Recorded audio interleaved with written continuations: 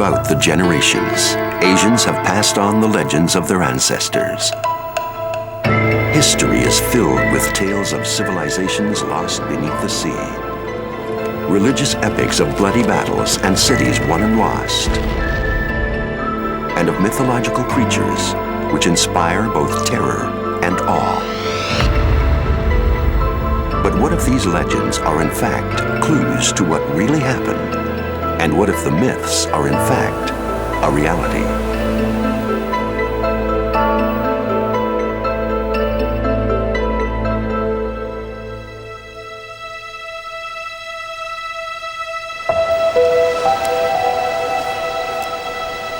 On the southern tip of the Japanese island of Yonaguni, a stunning monolith towers over 100 feet high. To the locals, it is known as the Standing God, a spirit which guards the island, and an extraordinary mystery which lies at its feet.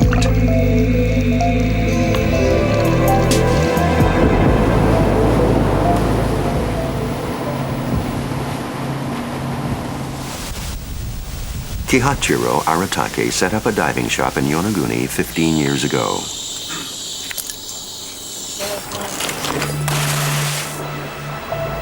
One day, while searching for a new dive spot, he ventured into an area long considered taboo by the local elders. Peering into the depths, he saw something he says he will never forget for the rest of his life. When I first saw it, I wondered, what is this amazing structure under the sea? I decided to give it a name, Monument Point. Stretched out before him was a gigantic rock formation, more than 70 feet high and nearly 800 feet long.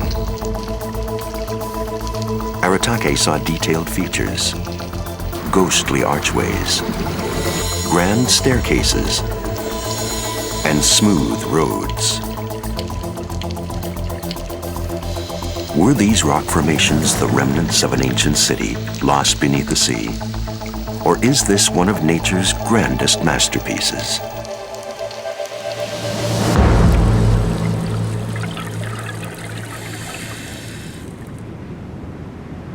Word of Aratake's incredible find spread quickly to Japan's scientific community.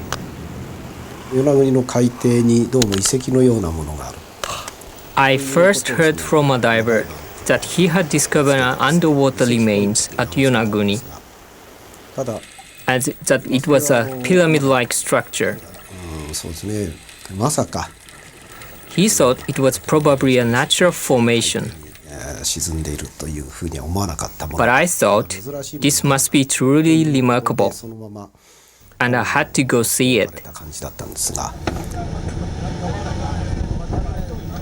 Since his first trip almost 10 years ago, Professor Masaaki Kimura, a marine geologist from Ryukyu University, has become a man with a mission: to convince the scientific community that this underwater structure is not a product of nature, but an extraordinary architectural feat that will prove once and for all that the oldest civilization known to man once lived here on an island in Japan. I think it is highly unlikely this monument was made by natural forces. I believe it was man-made, and the people who built this had an advanced civilization.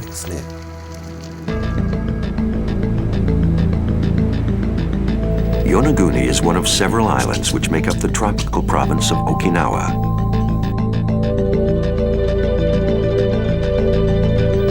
It is a popular destination. Tourists, lured by its pristine beaches and some of the clearest diving water in the world.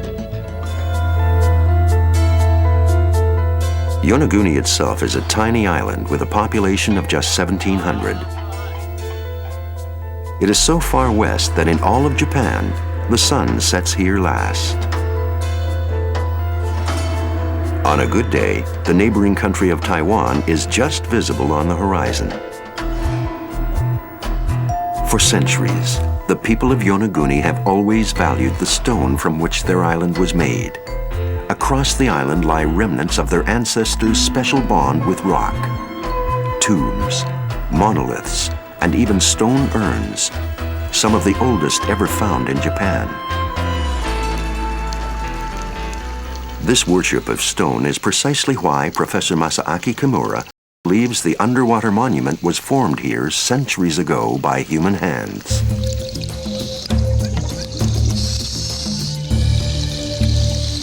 But getting the hard evidence has been a challenge for Kimura and his team. The monument is covered with barnacles and marine growth, making it difficult to see its surface clearly. And swift currents may have over the centuries swept away most of the rubble, possible remains of man's handiwork.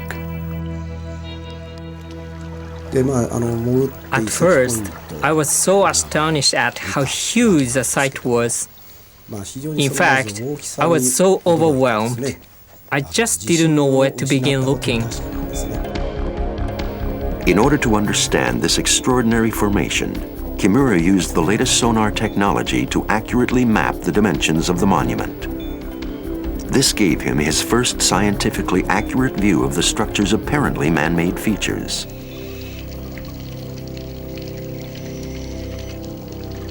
Kimura recognized an entrance at the side of the monument, and sharp-edged walls hewn at right angles, something not typically found in nature.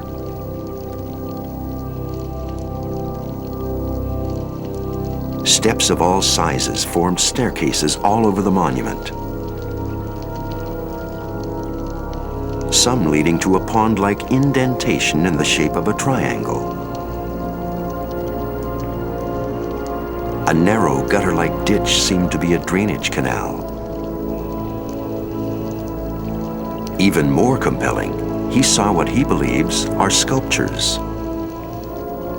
A turtle carved out of the rock.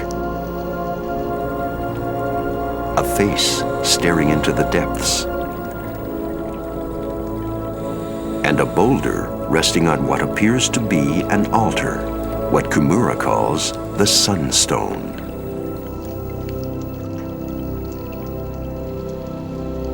Another compelling reason Kimura believes that Yonaguni is man-made is its age. In order to determine how old the monument is, Kimura has taken samples of coral growing at various points on the formation. The oldest coral Kimura found dates back to around 6,000 BC, some 8,000 years ago. That means Yonaguni must have been above ground before that time. In fact, scientifically accepted data show that 8,000 years ago, sea levels were significantly lower than they are today. This means the structure would have been at least partially above water and in clear sight of whoever lived on Yonaguni. When Mysteries of Modern Asia returns, could there have been a society with technology sophisticated enough to quarry gigantic stones, making it the oldest known civilization in the world?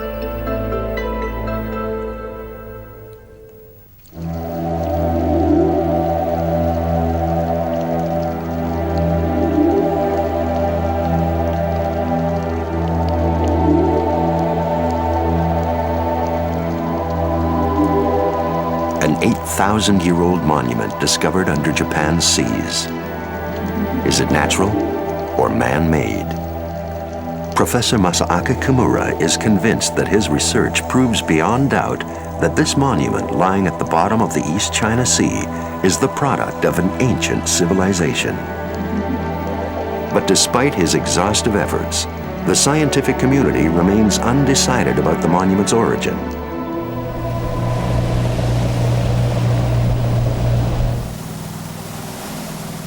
Dr. Robert Schock, a geology professor from Boston University, is a friendly skeptic.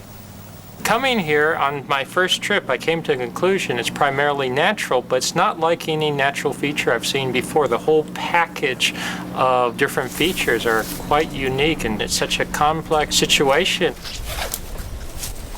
Renowned for his expertise on the Egyptian Sphinx, Schock believes this structure is the work not of ancient man, but of Mother Nature.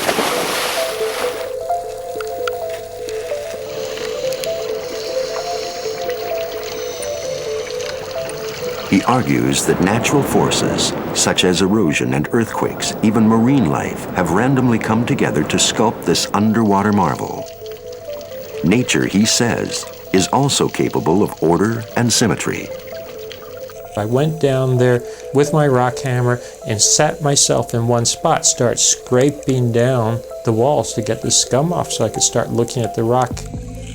I was looking for any definitive indication of human working, of artificiality, like tool marks, like chisel marks.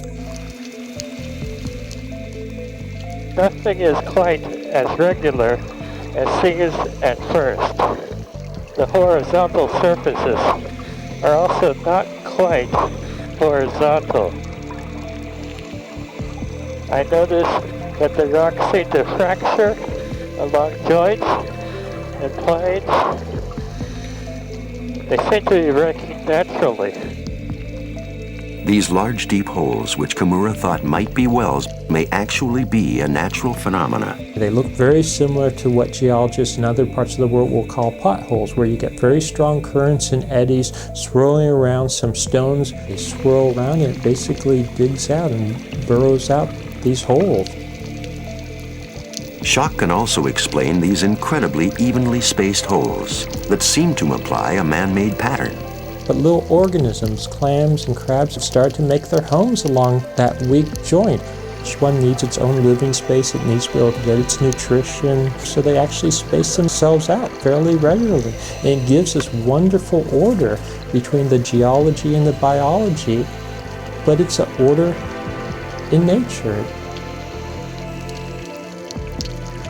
Even Kimura himself has acknowledged that the monument is partially natural. But he still believes that the structure is what he calls terraformed, a natural formation which man builds upon.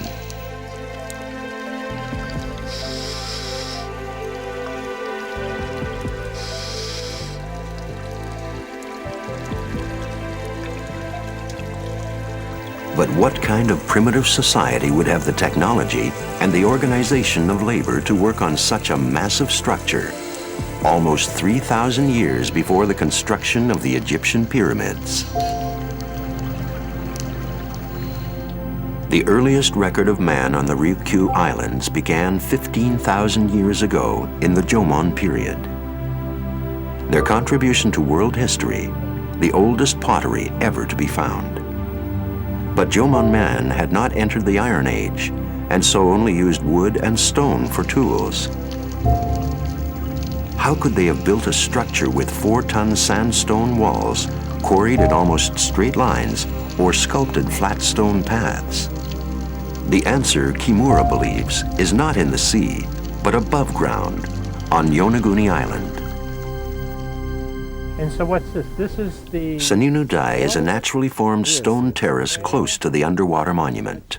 Wing, that's one wing. Another wing. That's another wing. And And what's that? Head. Kimura presents Schock with his evidence that ancient man was able to split and quarry stone using only basic wooden wedges as tools. So what they were doing here is originally the rock was like that, Yeah. and then they forced the wooden wedge down into it, and then basically force and split.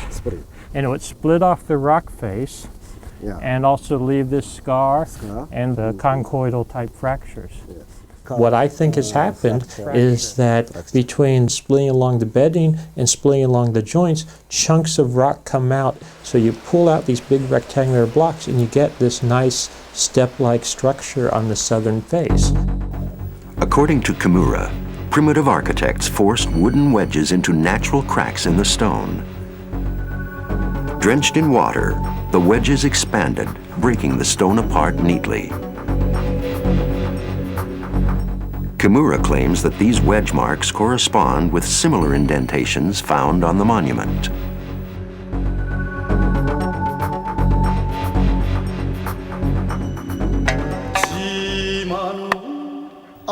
As shown on Japanese television, local Okinawan stonemasons prove that Kimura's wedge technique can even be used to break gigantic boulders. 割れ目に棒を差し込む。数本の棒を差し込むと、それだけで大きな石が動き始める。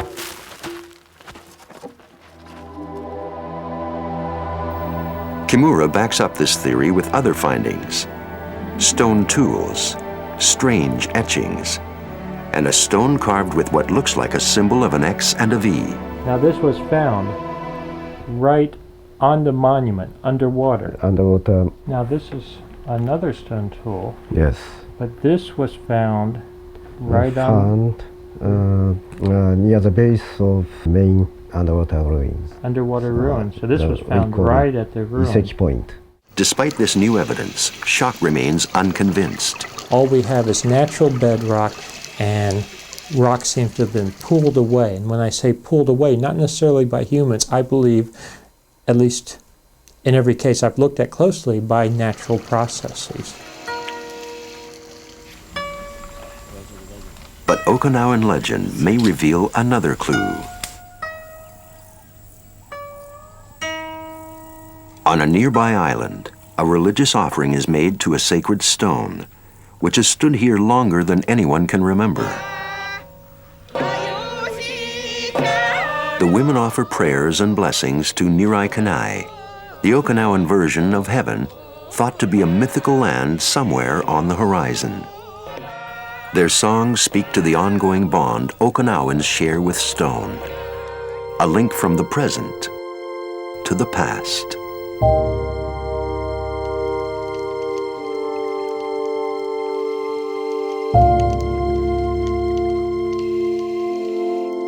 Might this gigantic stone structure be a religious monument? Perhaps a sunken citadel, or even an underwater Stonehenge.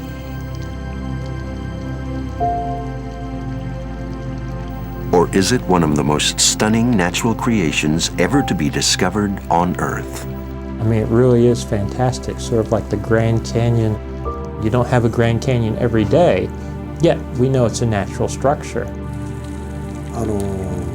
Either this monument was natural and used by people in its original form, or people modified it for their own use. I think the Yonaguni monument was man-made. Until these questions can be answered, the mystery of this extraordinary underwater monument lies sealed deep beneath the waters of the East China Sea.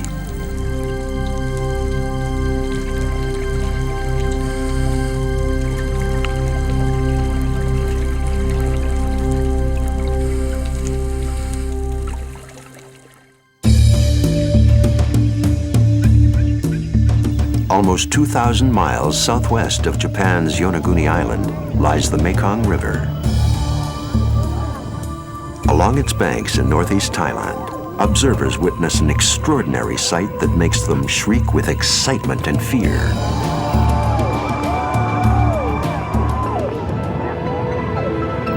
What kind of strange creature could provoke such terror? Find out when Mysteries of Modern Asia returns.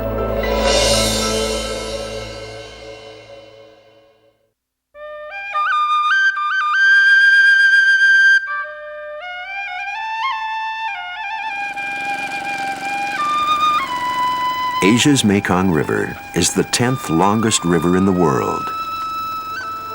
It winds its way for 2,600 miles past 6 countries in Southeast Asia until it reaches the South China Sea. Legend has it that this vital waterway was created by an enormous dragon, the Naga. Defeated in a death-defying duel, the Naga fled, burrowing a huge trench through China, Myanmar, Laos, Thailand, Cambodia, and Vietnam. In its wake, the Mekong was created, along with a centuries-old legend that persists until today.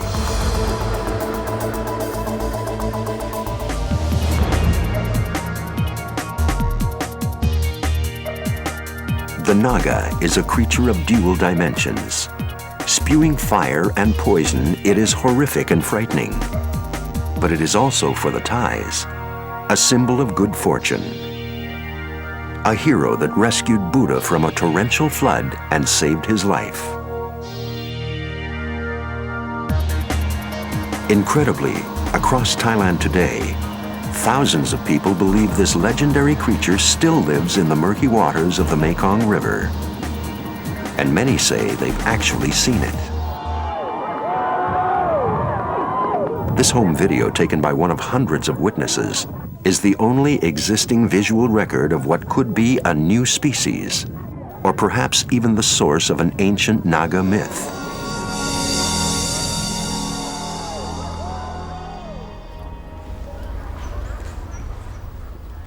Paul Atarex is the Deputy Prime Minister of Thailand. He's also one of Thailand's foremost experts on Naga sightings and author of a best-selling novel on the subject. I believe that Nagas do exist, and I used the Mekong as a scene for my novel. Before he could fire a shot, the elongated body swept him off his feet, knocking him to the Mekong below. All he could see was a monstrous, snake-like body covered with hard green scales. His body vanished beneath the waters, swept along by the restless Mekong. Although his is a fictional account, Atarex is a firm believer that the Naga is not a myth, but a real creature that lurks in the depths of this mystical river.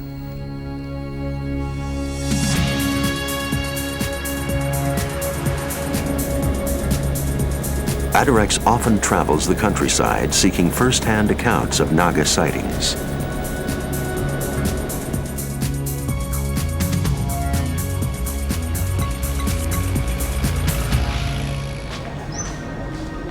Today, rumors have led him to this Buddhist monastery in the northern part of Thailand.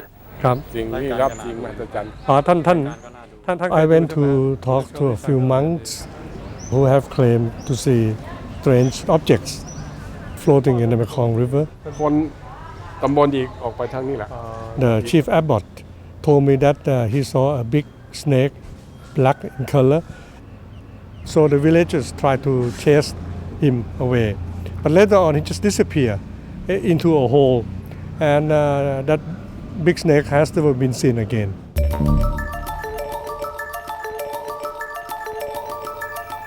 Across Southeast Asia, the myth of the Naga is so pervasive, it is present in all aspects of life, from architecture to textiles, from temples to tattoos. Atarex is convinced there must be some truth behind the legend, that mythology is an ancient culture's way of describing the real world around them. The idea that a 60-foot dragon-like creature could be living here in this river in the 21st century may seem preposterous, like the far-fetched imaginings of a colorful novelist. But the theory has found a champion overseas, a scientist who agrees with Atarex that something unexplained lies hidden here in one of the world's deepest rivers. The difficult thing in this case is to sort out the folklore, the mythology, from the real zoology. Richard Freeman is a cryptozoologist from England, specializing in the study of newly discovered animals. When people are clearly, and often educated people, are clearly describing an animal that is unknown to science, we have to sit up and take notice. His conviction that the Naga exists comes from the fact that many large and unusual creatures are still being discovered around the world.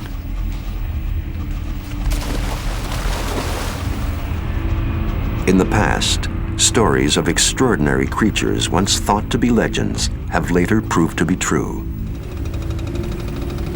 In the markets alongside the Mekong River, tourist stalls selling baubles and trinkets also do a brisk business in the sale of this particular picture. 14 American soldiers holding an amazing eel-like creature, which vendors say is a Naga.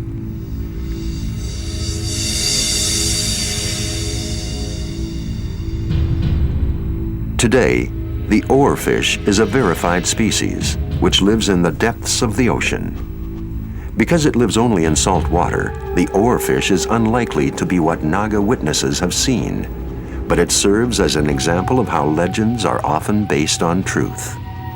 Even more incredible, the giant squid, the kraken from Viking legend. This was a monster from maritime folklore until it started to appear alive, kicking and incredibly dangerous.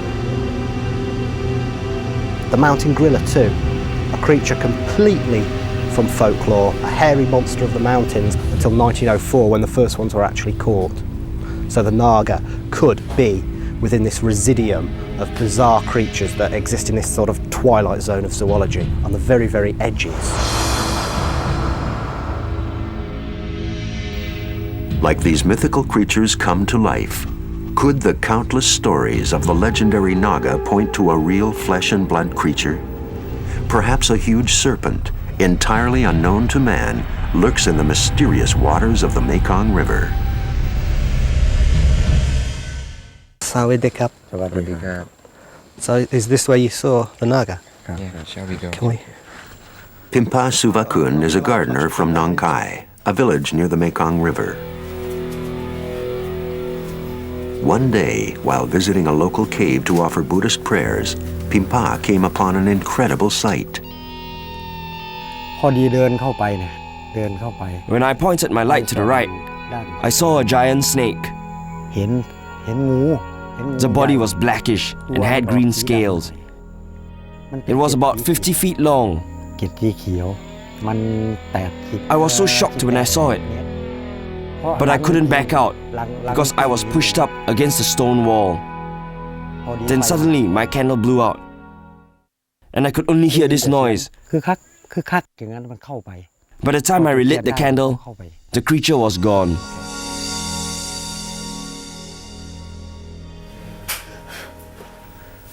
Freeman believes this cave possibly links to an underground river network, another reason why the Naga may have remained hidden from sight.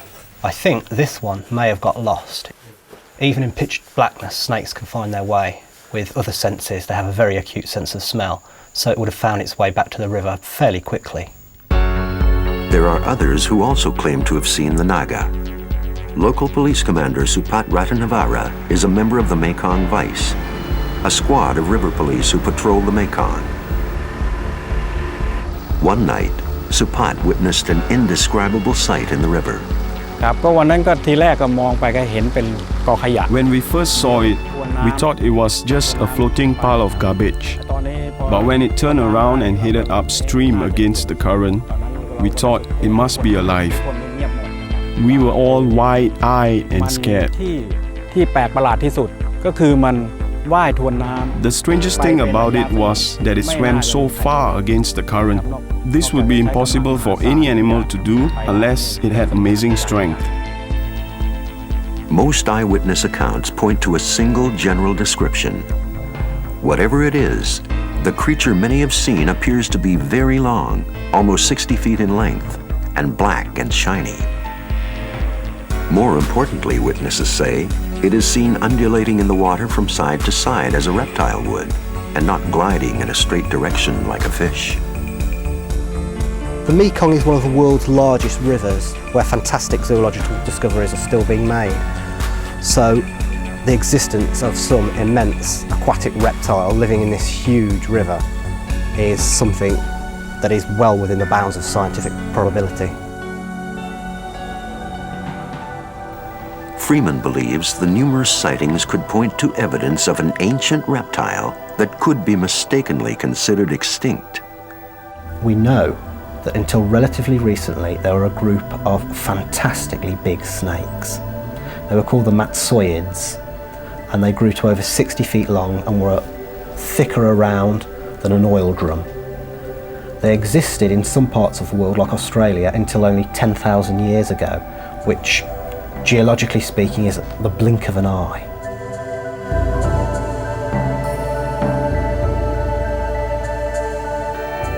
This matsoid snake skeleton was discovered in South Australia in 1975. Could its huge serpentine body hide in the murky waters of the Mekong?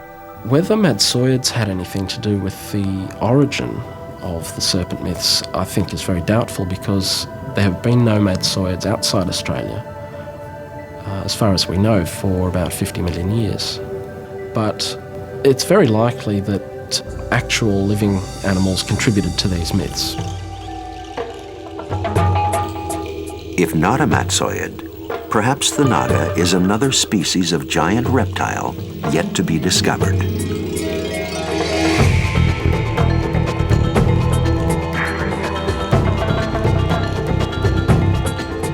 Indochina is an incredible area zoologically. There are new species being found all of the time. This really is the lost world.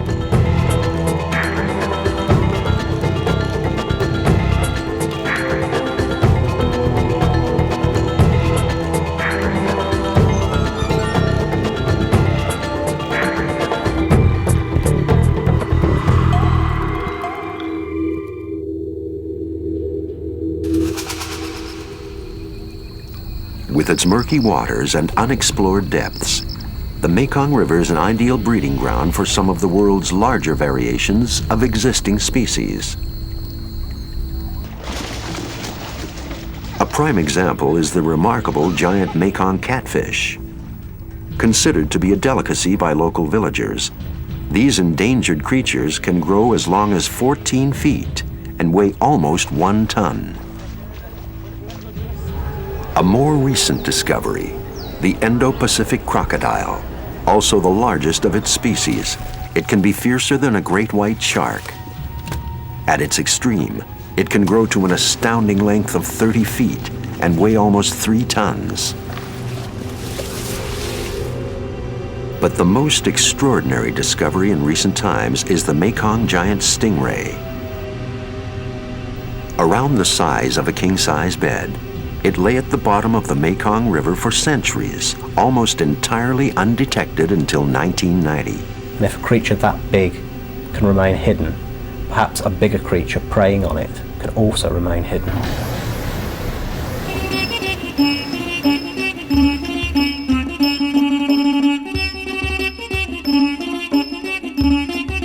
From royalty to ceremony, the Naga is one of the most highly revered and enduring symbols in Thai culture. Pampasai is home to Thailand's famous Naga festival.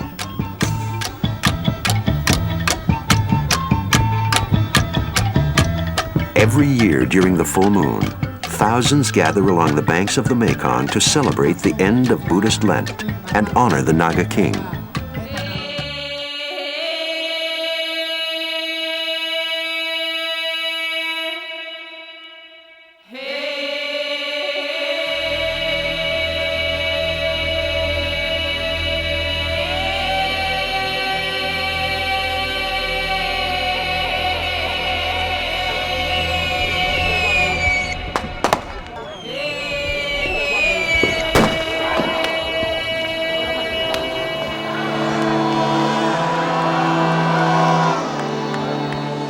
Thai people, we have a saying that we believe in sacred things, strange happening.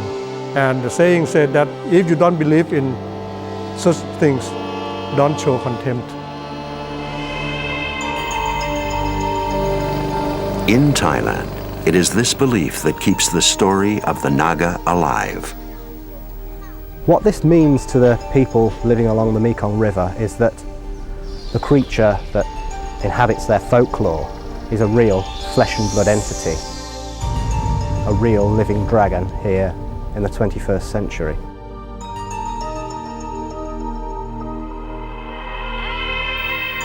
Perhaps one day, the Naga may be revealed as something more than a legend, a real-life creature lurking in the muddy waters of the Mekong River.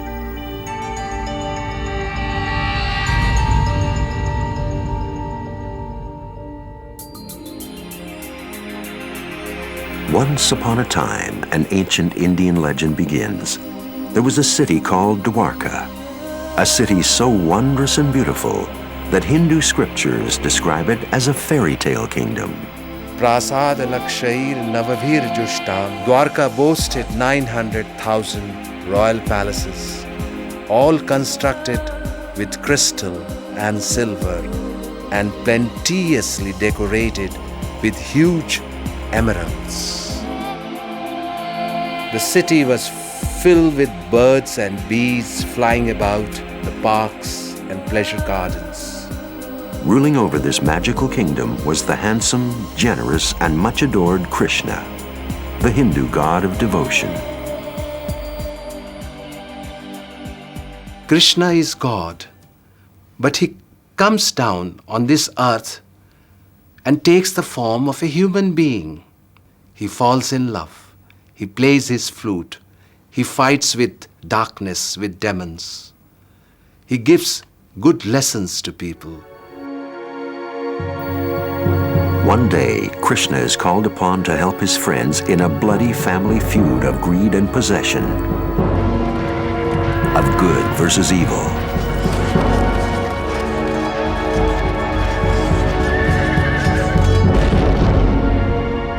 The story is a David and Goliath battle.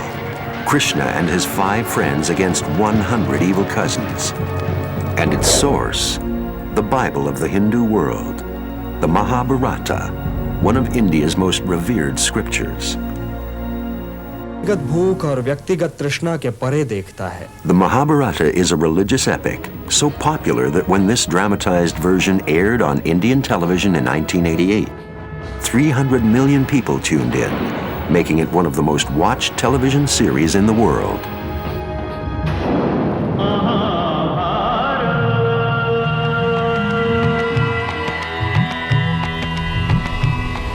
The Mahabharata also tells of Krishna's end. His city, the golden kingdom of Dwarka, swallowed by the sea and lost forever.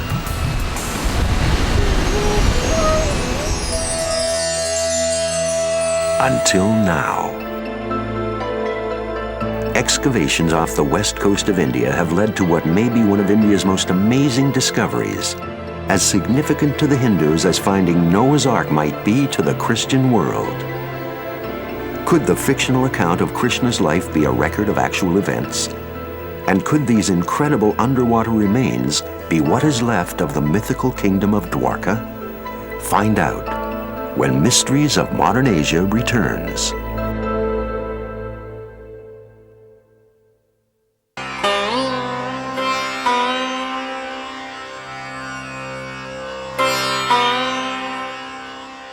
Dwarka, lying on the western coast of India off the Arabian Sea, is a fishing town, home to 52,000 people.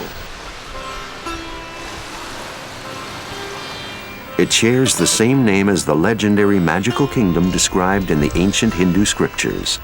But the only similarity between the two today are the thousands of pilgrims who come here to worship Lord Krishna, the Hindu god of devotion.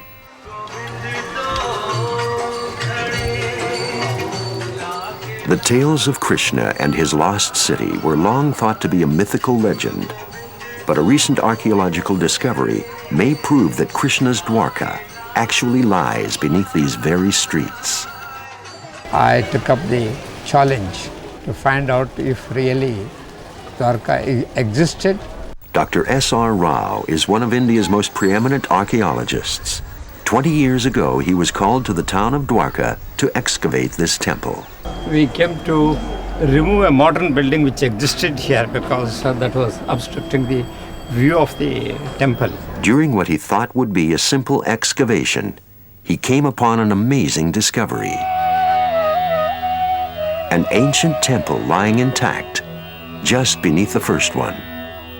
Then we started digging further deeper in order to know if there are earlier temples. What he found was layer upon layer of temples, built one on top of the next.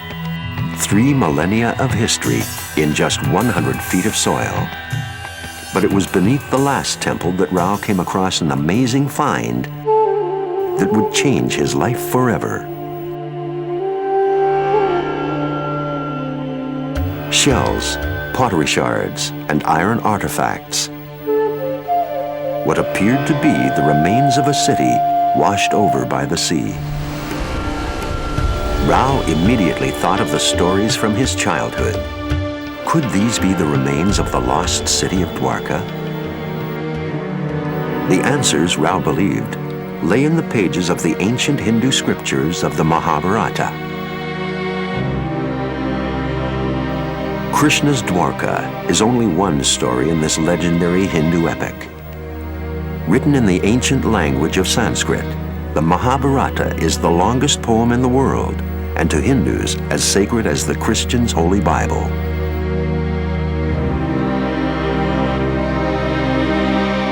The story of Krishna ends with his kingdom, the city of Dwarka, sinking into the ocean. So, Rao headed for the sea.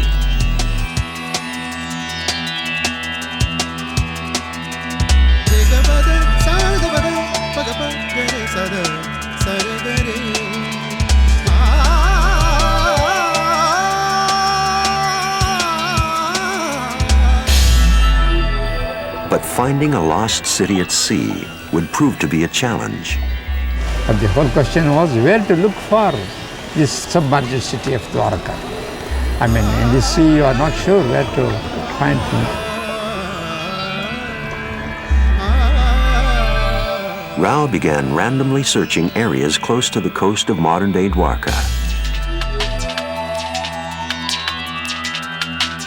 At first, it proved harder than he had envisioned. Divers wrestled with the strong currents of the Arabian Sea and murky waters.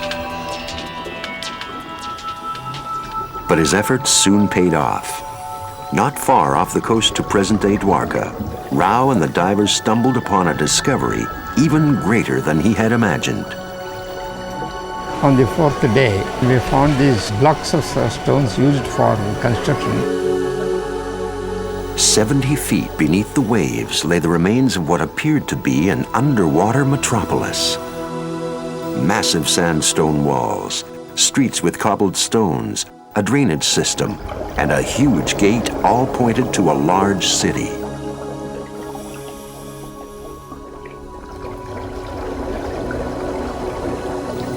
Thousands of three-holed anchors, identical to those found in Cyprus and Syria from the same time period, implied a bustling port.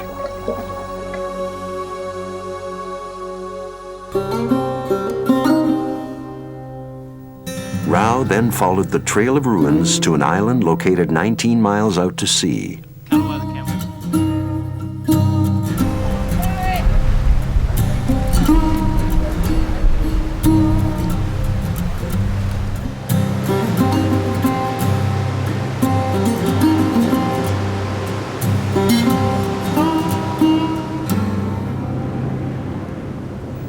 It was here, not far from modern civilization, that Rao came across another discovery. Standing in plain sight for centuries were the remains of a walled structure.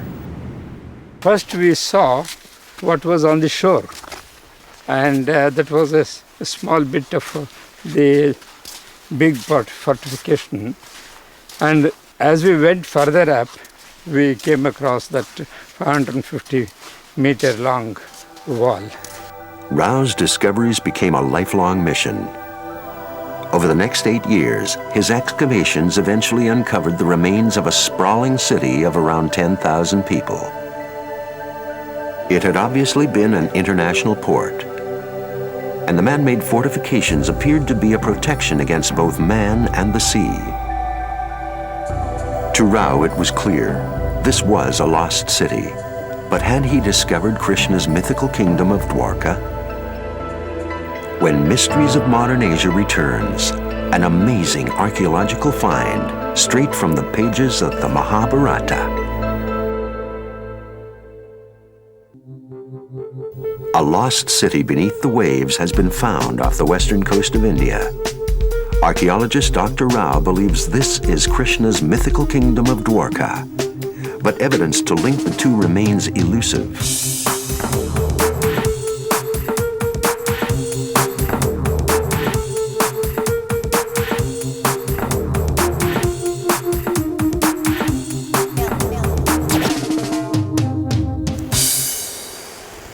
One day, while sifting through the muddy silt from the ocean floor, Rao found what he'd been searching for.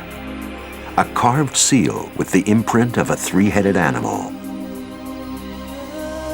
For Rao, this was the missing link between the myth and the reality. For in the Mahabharata, this seal is described in the exact same way. Known as a mudra, it is an identification card carried by residents of Krishna's Dwarka. It says it is the duty of the guard to see that every citizen carries a mudra.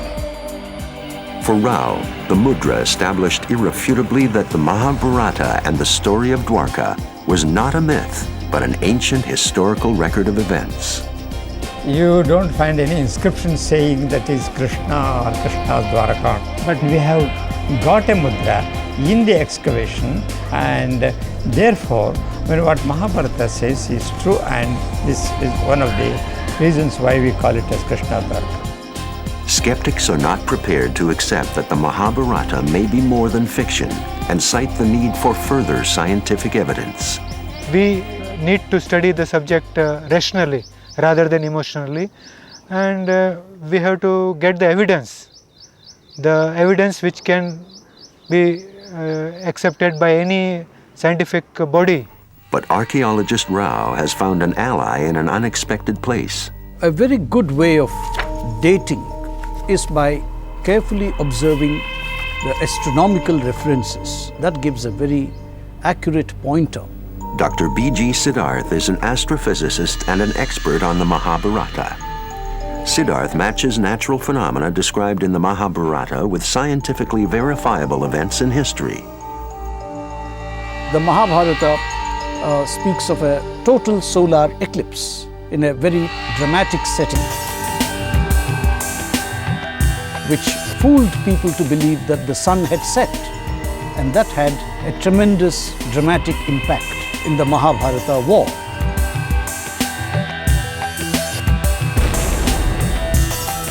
Now, if one looks at the various eclipse records, which have been very precisely worked out, we again come to the conclusion that such an eclipse could only have been the one on the 24th of June, 1311 BC.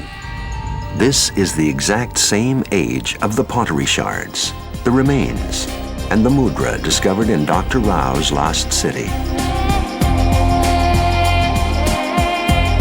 Rao is convinced that this underwater city is indeed the legendary kingdom of Dwarka. The evidence has spurred him to search India for other clues that the Mahabharata is not entirely myth, but a genuine account of past events.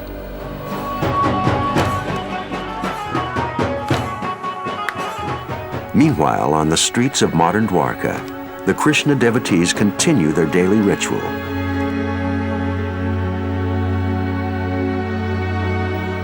For them, finding the real kingdom of Dwarka seems less important than offering their prayers to the Lord Krishna.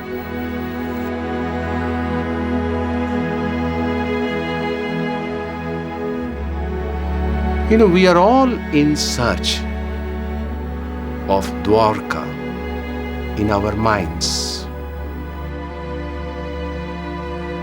We want to live in Dwarka with Krishna. So everybody who is a devotee of Krishna is in search of a Dwarka. The search for mythical kingdoms, lost worlds, and legendary creatures continues. Is it supported by science, or simply driven by the heartfelt desire to believe?